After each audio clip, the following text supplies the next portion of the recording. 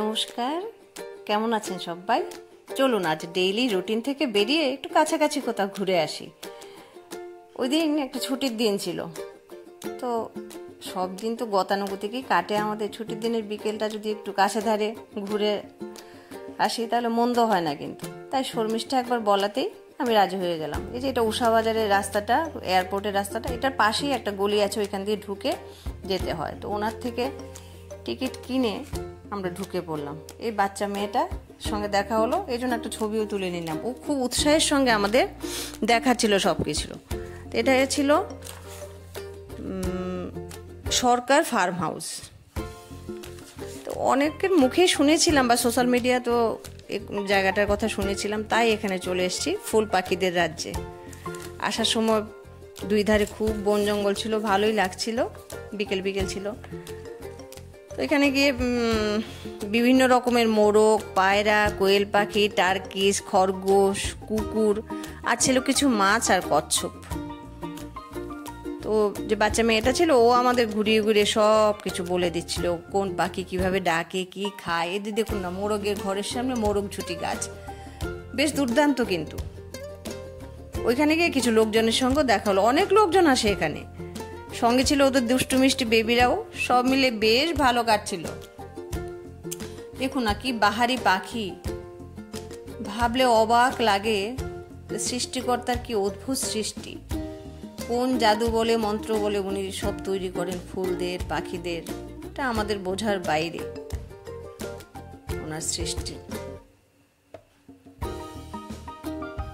অনেক সুন্দর সুন্দর পাখি এরকম ভাবে আছে যেন মোজা পড়ে আছে, সেরকম পাখিও দেখতে পেলাম।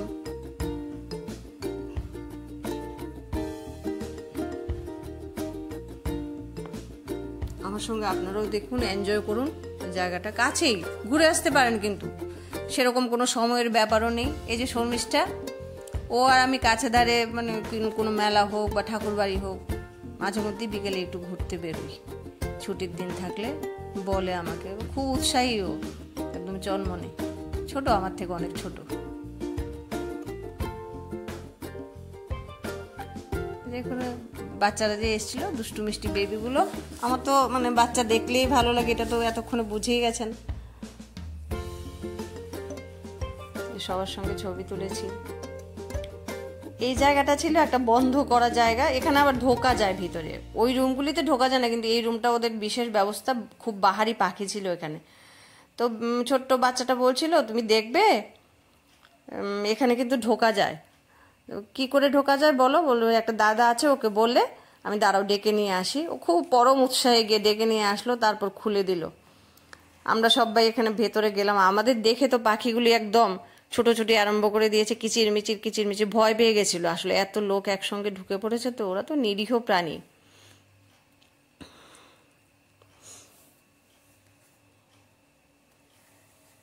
দেখতে থাকুন সবাই, আসুন, ভালোই লাগবে। দেখুন না কি সুন্দর পায়রাগুলো মোজা পড়ে আছে, যেমন পায়ের মধ্যে। কোয়েল পাখি এগুলো।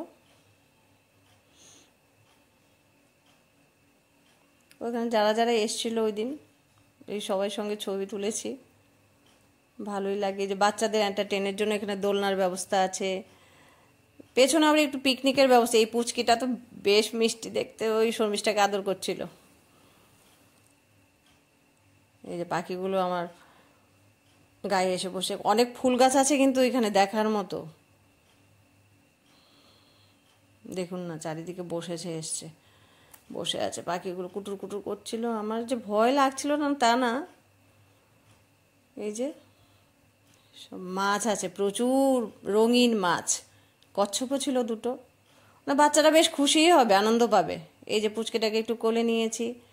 এটা এই জায়গাটার এন্ট্রান্স। তারপর ওনার মার কাছ থেকে আমরা শুনলাম কি করে ওরা এটা তৈরি করেছে। 2 বছর আগে এটা তৈরি করেছে সবার এন্টারটেনের জন্য। একটু জায়গাও ছিল ওদের, অনেকেরই জায়গা থাকে কিন্তু মাথায় আসে না। ওদের এই প্রজেক্টটা খুব ভালো।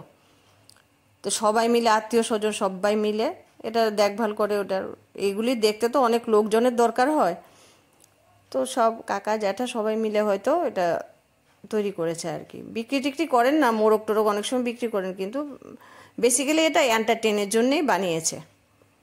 তো মোটের উপর খুব ভালো কেটেছে। তো সবাই ভালো থাকবেন, সবাইকে ভালো রাখবেন। দেখা হচ্ছে নতুন একটি ব্লগে। ভালো লাগলে সাবস্ক্রাইব করবেন, লাইক করবেন, কমেন্ট করবেন। Thank you, good evening, tata.